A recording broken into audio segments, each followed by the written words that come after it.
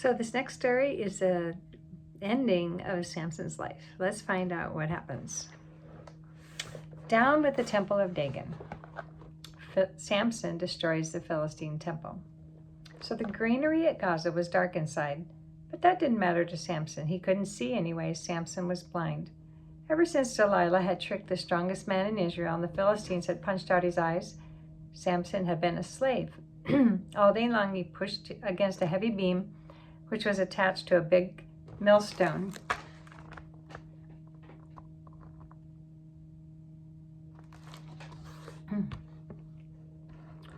As he pushed, Samson moved the millstone round and round over some grain. That way the people ground wheat or barley into meal flour. It wasn't so easy for Samson to push this heavy millstone now. The Philistines had shaved his head. So this strong man had lost the great strength which God had given. He had only the strength of an ordinary man now. But something strange happened. The Philistines didn't notice it, but Samson did. As the days went by, Samson's hair grew longer, and his great strength gradually came back. The Philistines didn't even think about his strength coming back as his hair began to grow again. Samson didn't know what to do with his great strength now. He must wait until the right time came to use it. While he waited, Samson thought of many things. He thought of all the foolish things he had done. Why had he ever gone to Delilah's house? She was a Philistine. He had known that. How foolish he had been. Then one day Samson heard voices coming toward the granary where he was working.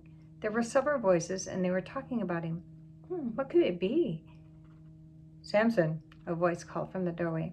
"Today you're going to a party. Have you ever been to a Philistine party?"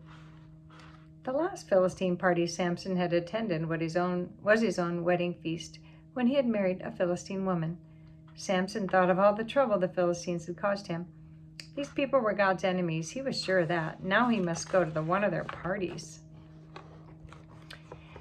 "Everyone will have lots of fun," the man said, "especially when they see you." Now Samson knew why they wanted him at the party. They would make fun of him. They would laugh at this blind man who had become so foolish. When Samson went into the building where the Philistine party was held, he had to be led by a little boy. How the Philistines roared with laughter when they saw him. "Where are we, lad?" Samson asked. "In the temple of Dagon, our God," said the boy. "Then take me to the 2 pillars which hold up the temple," said Samson. The little boy took Samson to the pillars. As he went, the Philistines kept on laughing at Samson. It looked so funny to see this big, strong man, being led by a little boy. When Samson felt the pillars, he whispered to the little boy, "Run like you've never run before. Get out of here." And then Samson put one arm around each of the pillars and began to pull with all his might.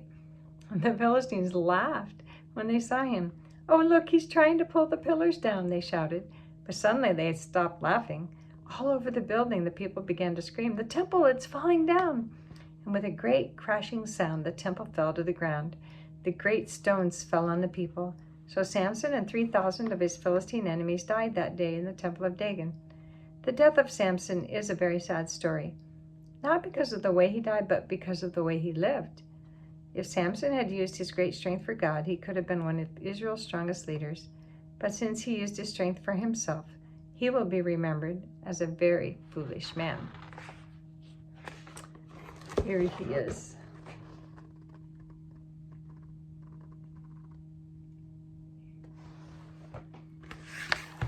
So we need to use our talents and strengths for something good.